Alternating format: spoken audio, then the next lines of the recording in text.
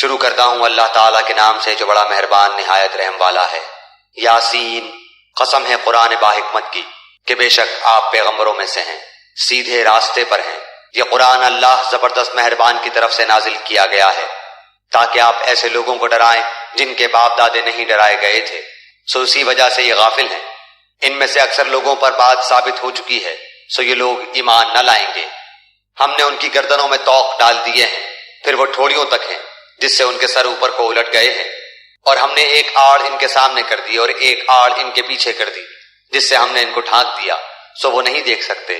اور آپ ان کو ڈرائیں یا نہ ڈرائیں دونوں برابر ہیں، یہ ایمان نہیں لائیں گے۔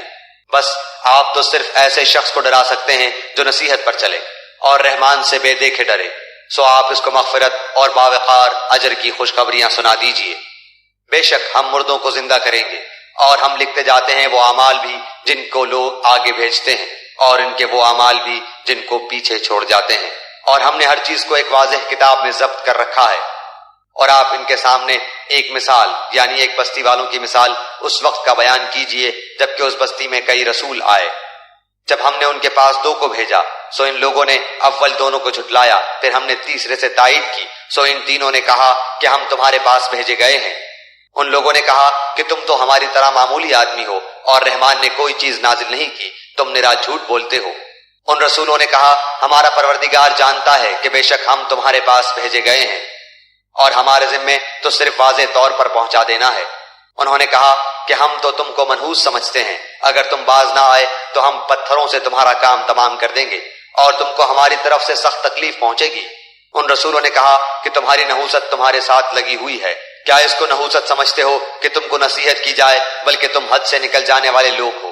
اور ایک شخص اس شہر کے آخری حصے سے دوڑتا ہوا آیا، کہنے لگا اے میری قوم، ان رسولوں کی راہ پر چلو، ایسے لوگوں کی راہ پر چلو جو تم سے کوئی معاوضہ نہیں مانگتے اور وہ راہ راست پر ہیں۔ اور مجھے کیا ہو گیا ہے کہ میں اس کی عبادت نہ کروں جس نے مجھے پیدا کیا، اور تم سب اسی کی طرف لوٹائے جاؤ گے۔ کیا میں اسے چھوڑ کر ایسوں کو معبود بناؤں کہ اگر اللہ رحمان مجھے کوئی نقصان پہنچانا چاہے تو ان کی سفارش مجھے کچھ بھی نفع نہ پہنچا سکے اور نہ وہ مجھے بچا سکے؟ پھر تو میں یقیناً کھلی گمراہی میں ہوں۔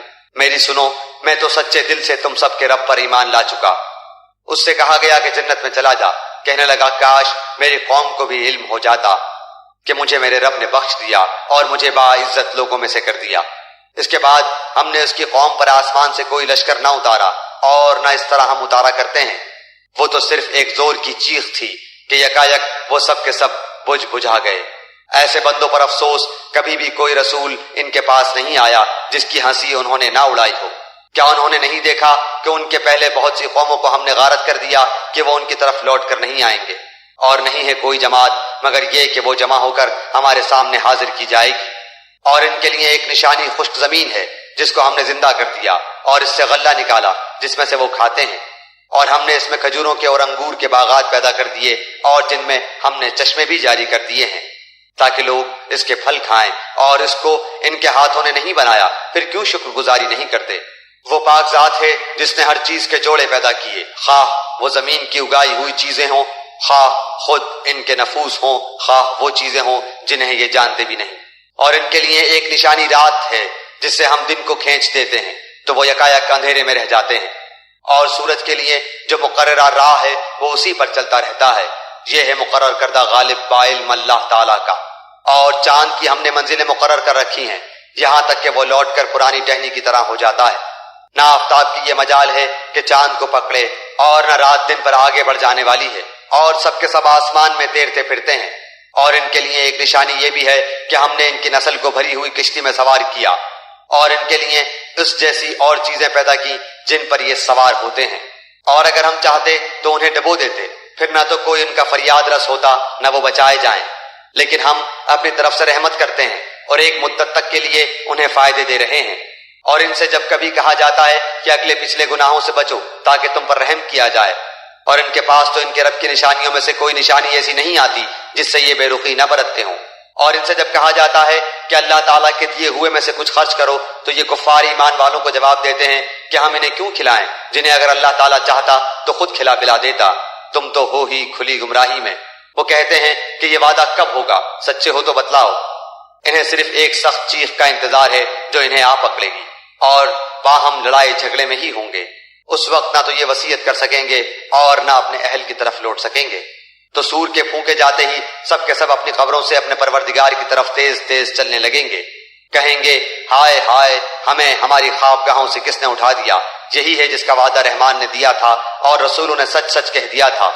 یہ نہیں ہے مگر ایک چیخ کہ یکایک سارے کے سارے ہمارے سامنے حاضر کر دیے جائیں گے۔ بس آج کسی شخص پر کچھ بھی ظلم نہ کیا جائے گا اور تمہیں نہیں بدلہ دیا جائے گا مگر صرف انہی کاموں کا جو تم کیا کرتے تھے۔ جنتی لوگ آج کے دن اپنے دلچسپ مشغلوں میں حشاش بشاش ہیں۔ وہ اور ان کی بیویاں سایوں میں مسحریوں پر تکیہ لگائے بیٹھے ہوں گے۔ ان کے لیے جنت میں ہر قسم کے میوے ہوں گے اور بھی جو کچھ وہ طلب کریں۔ مہربان پروردگار کی طرف سے انہیں سلام کہا جائے گا، اے گناہگارو آج تم الگ ہو جاؤ۔ اے اولاد آدم، کیا میں نے تم سے قول و قرار نہیں لیا تھا کہ تم شیطان کی عبادت نہ کرنا، وہ تو تمہارا کھلا دشمن ہے، اور میری ہی عبادت کرنا سیدھی راہ یہی ہے۔ شیطان نے تو تم میں سے بہت ساری مخلوق کو بہکا دیا، کیا تم عقل نہیں رکھتے؟ یہی وہ دوزخ ہے جس کا تمہیں وعدہ دیا جاتا تھا۔ اپنے کفر کا بدلہ پانے کے لیے آج اس میں داخل ہو جاؤ۔ ہم آج کے دن ان کے منہ پر مہر لگا دیں گے اور ان کے ہاتھ ہم سے باتیں کریں گے اور ان کے پاؤں گواہیاں دیں گے ان کاموں کی جو وہ کرتے تھے۔ اگر ہم چاہتے تو ان کی آنکھیں بے نور کر دیتے، پھر یہ رستے کی طرف دوڑتے پھرتے، لیکن انہیں کیسے دکھائی دیتا؟ اور اگر ہم چاہتے تو ان کی جگہ ہی پر ان کی صورتیں مسخ کر دیتے، پھر نہ وہ چل پھر سکتے اور نہ لوٹ سکتے۔ اور جسے ہم بوڑھا کرتے ہیں اسے پیدائشی حالت کی طرف پھر الٹ دیتے ہیں۔ کیا پھر بھی وہ نہیں سمجھتے؟ نہ تو ہم نے اس پیغمبر کو شعر سکھائے اور نہ یہ اس کے لائق ہے، وہ تو صرف نصیحت اور واضح قرآن ہے تاکہ وہ ہر اس شخص کو آگاہ کر دے جو زندہ ہے اور کافروں پر حجت ثابت ہو جائے۔ کیا وہ نہیں دیکھتے کہ ہم نے اپنے ہاتھوں بنائی ہوئی چیزوں میں سے ان کے لیے چوپائے بھی پیدا کر دیے جن کے یہ مالک ہو گئے ہیں، اور ان مویشیوں کو ہم نے ان کا تابع فرمان بنا دیا ہے جن میں سے بعض تو ان کی سواریاں ہیں اور بعض کا گوشت کھاتے ہیں، انہیں ان سے اور بھی بہت سے فائدے ہیں اور پینے کی چیزیں، کیا پھر بھی یہ شکر ادا نہیں کریں گے؟ اور وہ اللہ کے سوا دوسروں کو معبود بناتے ہیں تاکہ وہ مدد کیے جائیں، حالانکہ ان میں ان کی مدد کی طاقت ہی نہیں، لیکن پھر بھی مشرکین ان کے لیے حاضر باش لشکری ہیں۔ بس آپ کو ان کی بات غمناک نہ کرے، ہم ان کی پوشیدہ اور اعلانیہ سب باتوں کو بخوبی جانتے ہیں۔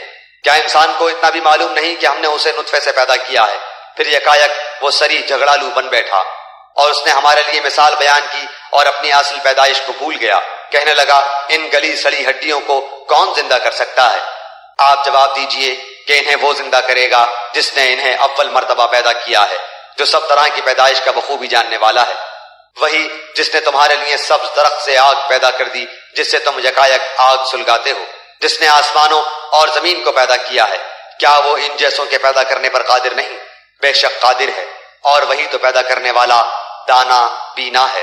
وہ جب کبھی کسی چیز کا ارادہ کرتا ہے اسے اتنا فرما دینا کافی ہے کہ ہو جا، وہ اسی وقت ہو جاتی ہے۔